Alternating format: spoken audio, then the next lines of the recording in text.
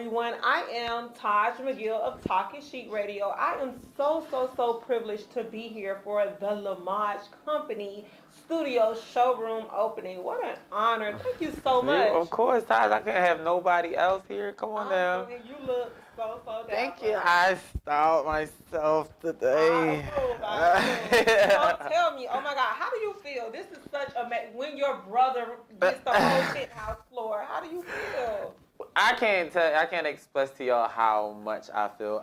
My gratitude and it's been 8 weeks. Like I've been planning since like December 1st, and then as soon as I said January 1st, January 31st, 30th, that's when I was like, all right, cool. I'm gonna get this. I got the spot. I'm gonna deck it out the way I want to. It's still so much work to be done, but it's to a point to where I was like, I want everybody to come see it, and when I actually got into space, I was like, oh my God, this is too much space. I don't know what I'm gonna do with it. And then I actually slept on it and thought like I can do so much with this space. Mm-hmm. And it's exciting.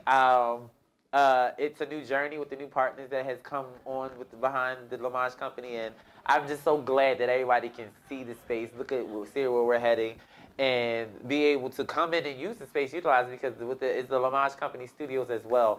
I won't be shooting all the time, so this space is available for whoever wants to come in to shoot, do photo shoots, wants to have big production photo shoots, pull from the company and everything. That's what this space is about. So it's like super exciting to be even. So visually, they probably think this is the space. Tell us a little bit about what's going on on the whole floor. You have a hair and makeup studio as well. Tell us a little more so they can, It is, okay, so we're currently sitting in the photo shoot room. This room will always be set up like it's about to get ready for a photo shoot. Right next to this room is the hair and makeup room, which is just solely for hair and makeup only. Mm-hmm. And it's set up to as though, you come in, you bring your own staff, or I have my staff, and we can, get the hair and makeup popping. Awesome. Right past this hair and makeup room, you'll see the conference room, which I'll be having all my board meetings where I'm planning out the new wherever I'm going and things like that, and also utilize for people to come in to, to rent it and have their meet and greets, their meetings and things like that. So that's what that room is about. So, and also it's the lobby, which has my receptionist desk and the TV that shows new collection. And then off the lobby, you'll see a boutique. Like I have a fully stocked boutique with new dresses, new t-shirts. New t-shirts line is going to be launching on the website within a week or so be looking out for that. Mm-hmm. It goes on, honestly. It's about 10 rooms. Yeah, it's a lot more rooms in here when I think about it. It has an employee fabric room where I store all my fabric for my company. Also, this fabric was in there. This new collection that you're actually wearing. Let's talk about it. Yeah. Let's talk about that. The new collection, I love the color. I love where you took the whole collection. I think it's something fresh for you. Yeah, it is. Tell us a little bit about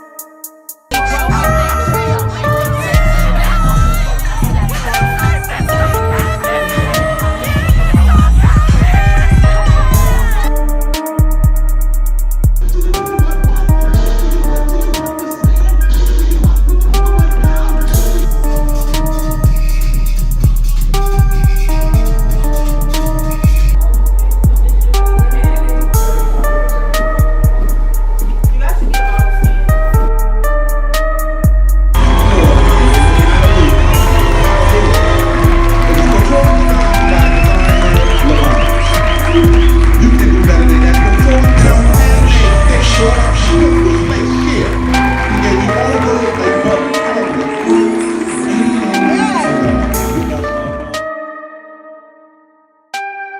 Hello everyone, my name is Jamal Morrison, CEO of the Lamaj Company.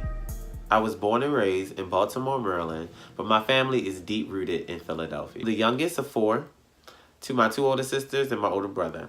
As a child, I think I was a simple kid, very creative, and I knew I was special as far as like my attitude and my personality, but I was fairly not a troubled child. I had a great upbringing with my parents. They did their best with me and my brother. Me and my brother are very close in age. We're 1 month, 1 year, 1 day apart. So we should have been twins, as my mom used to always say. I have two older sisters, Eleanor and Nicole. And as you can imagine, since I'm their baby of the family, they're the most overprotective of me.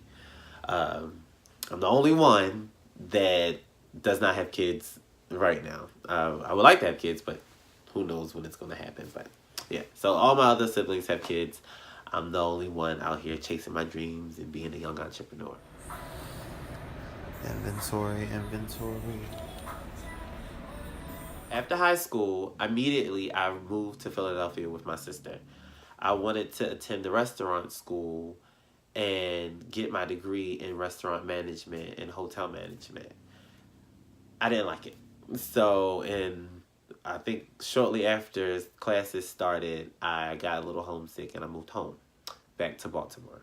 Once I moved back home, I got a job at Hyatt Place, which also really made me want to get into hotel and pursue that as a degree. But I waited. I waited a little longer than I was supposed to. And I stayed out for about 1.5 years right after high school. So I went to college in 2010 and I moved back to Philadelphia. But this time I moved straight into college.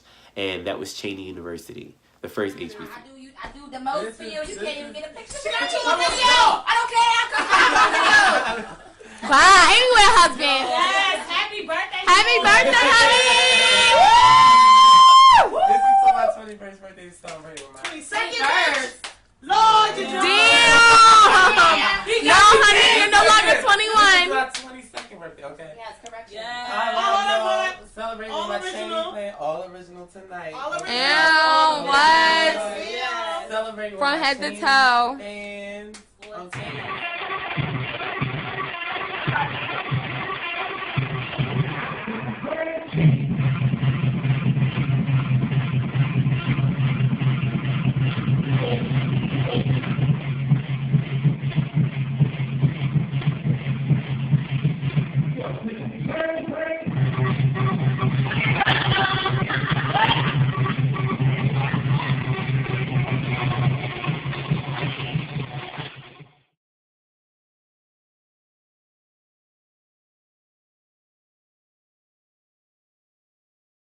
Let's back up a little bit. Before I even went to college, I figured out that I had the gift of sewing. And this is a gift that no one in my family possesses.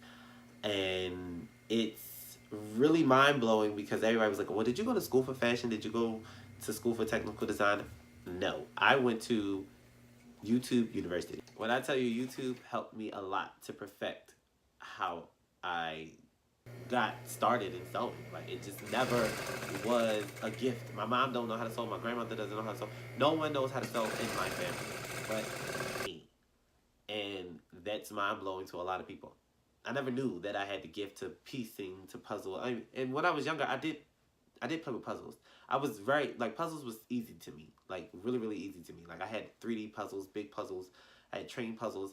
That was easy. So I guess I had to find myself. So before I graduated high school, I took a home ec class that showed me how to make a messenger bag. It was the first thing that I ever made was a messenger bag. And she showed me how to cut out the pattern. She showed me needle and thread, how to put it together. And that's what sparked it. I was planning a fashion show because in high school I was also vice president in my class. And then I moved up to be president of the modeling troupe, which was Trendsetters at Randallstown High School. And I helped founded RHS Step, which was the step team that my best friend Lucario was over. And so I was always into the politics, and also was the person that was let's get stuff started. I also went to help organized the proms, and I organized our prom, our junior prom, our senior prom. I always wanted to do it big. Like I was always like that big person. Like I have to do it big. So was organizing the fashion show in 2009, and I had like 20 models. They needed 2 looks apiece, and I reached out to this designer that does like a lot of the fashion shows in the city. She backed out on me. Just backed out on me, and I had a fashion show that I was planning. I didn't know how I was going to do it, but I said I was going to do it. I was going to do it. I had the show coming up. We sold tickets. We got these people coming. I had to get this done. So one day I started scheduling my models. I had an apartment in Owens Mills, and it's my first apartment that I ever had. I moved out of my mom's house, and nothing in it was but my bedroom set. That's it. And I would host practice there, and I would also host fittings. So long story short is I had my models come to the house one by one. It was Joanne Fabrics up the street. I knew how to cut, sew with a hand and scissors. So one of my models, her name was Brandy Carter. I will never forget it. Came to my house. It was her turn to cut. And I remember that how to cut out a pattern was whatever you want to make, you just sit it on the pattern and you just cut it out. So that's what I started doing. She came over and she's like, "Wait, are you about to make my stuff by like hot glue and hand sewing?" I'm like, "Yeah, that's all I know." She like, "Oh no, baby, no." And Brandy was very bougie. She was like, "Oh no, baby, no. This is what you're going to do. You are going to use this sewing machine, and you're going to figure it out how to do it that way." And I'm like, "I don't know how to use this sewing machine." That sewing machine sat on my dining room table for 2 weeks. It sat there. It sat there for 2 weeks because I didn't know how to use it. My show was rapidly approaching, and I still did not have these looks created. So what I do? I Googled how to use a sewing machine.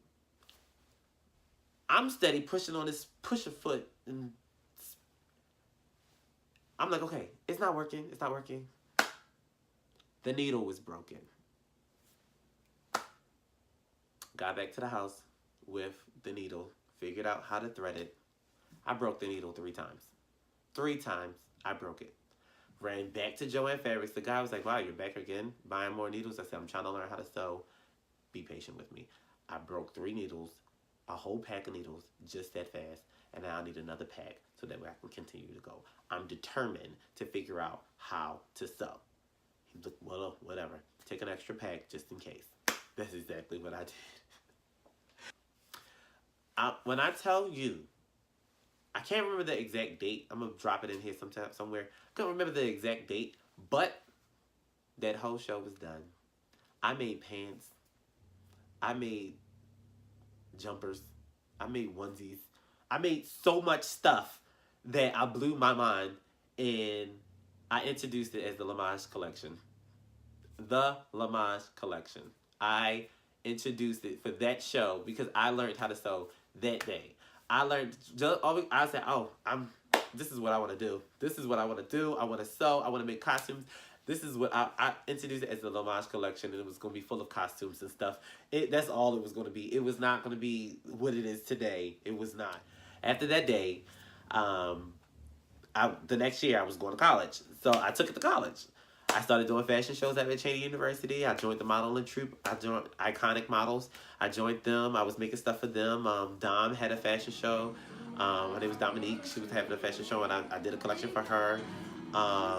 Also, then I stopped joining Iconic Models, and I started my own La Original. We did like a red run show, which was all about HIV/AIDS awareness. We also had our inaugural fashion show, and I did a whole collection of breast. It was in October for homecoming. It was breast cancer awareness. So I did like a pink collection.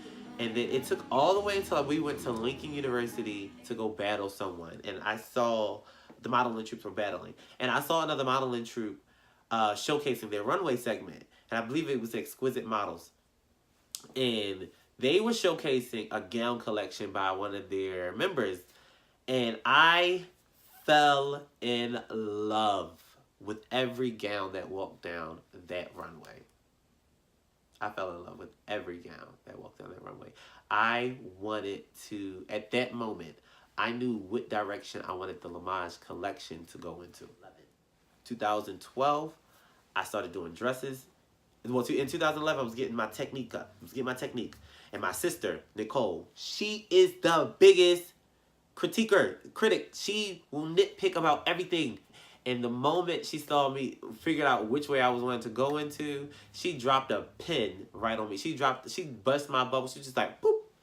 You think you're good up at that school, but you're not better than this person that's doing it in the city and making top dollar for it. But there's someone out here better than you. You're good at Cheney. You're probably the shit up at Cheney, but you're not the shit in Philly.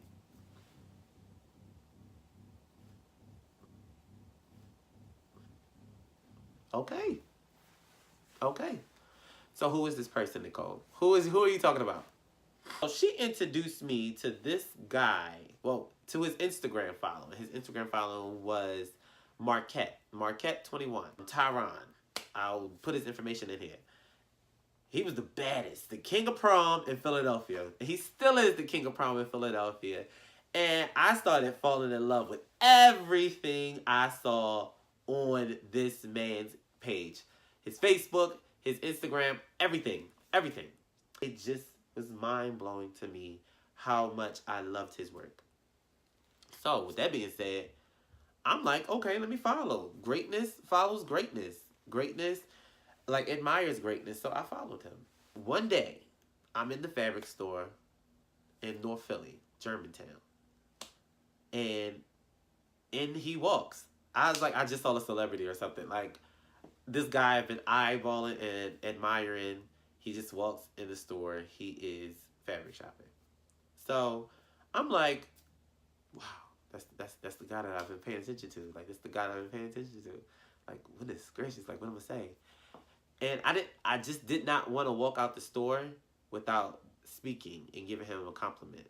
So I walked up to him. I was just like, hey, you're Tyron Marquette, right? He's like, yeah. I was like, yo, I've been following you so long. I admire your work. I love your work. And, like, it's just, I'm an up-and-coming designer out here, and I want to be a gown designer, and I just love your design aesthetic. And I just wanted to say that to you. And if you need any help, I would love to, like, come past just to see what you do and, you know, just to soak it up and whatever. He was just like, all right, cool, definitely take my number. He was so chill. He was real chill. And he was like, take my number or whatever. You know, I'll let you know if I need any help. I was like, okay, fine. So I take my number, I text him or whatever. And then I went up, I was like, all right, nice meeting you, you know? And that was enough for me. Lo and behold, the text message came. Like, hey, you still want to work? Because prom season is up and coming, and I'm busy. I'm like, hell yeah! This guy had a studio office, probably about as big as my apartment, my first, like, studio apartment. It wasn't really big and grand. He just had enough in there for him to do what he needed to do to make that coin.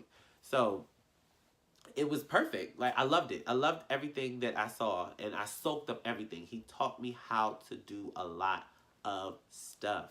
How to mold a dress, how to shape a dress, how to camouflage this, how to do this, how to do that, how to add a zipper, how to use horsehair. Because that was around the time, this was his first time using horsehair as well. So it was amazing. Like, I soaked up everything. He really helped me get a lot more understand the makings of a dress. He really helped me with that, and I really appreciate Tyron for that, and he's really like my buddy. We're still friends to this day. Look who the fuck is at my house. Huh? He just came taking over all my shit, like, just all the time. This is what happens when your homie comes to town. Yes, sir. Philly, I will try to link up with him when we see. It's like no time has passed, no shade, no nothing amongst all them other designers that are in Philadelphia, and all what people say. Yes, Tyron, he will always be good in my book. You've been a great influence in my career thus far, and you're still going to be a great influence in me. So my sister put me onto him, and now she's just like, yo, you just like him. Like, it's just like him. So this story can go on and on, but thank you, sis, for busting my bubble back in 2011. And now here I am today. And I can say I have amazing gowns. Not good gowns. I have amazing gowns. I have viral gowns. I have gowns that has gone viral. And it's just amazing. It's just amazing. It's just great. So after my sister done bust my bubble back in 2011, 11.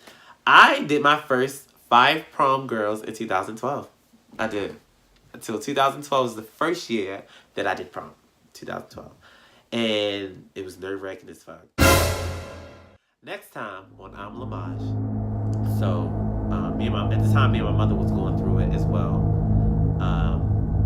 And we was just going through The grind and hustle to just live in Miami is real.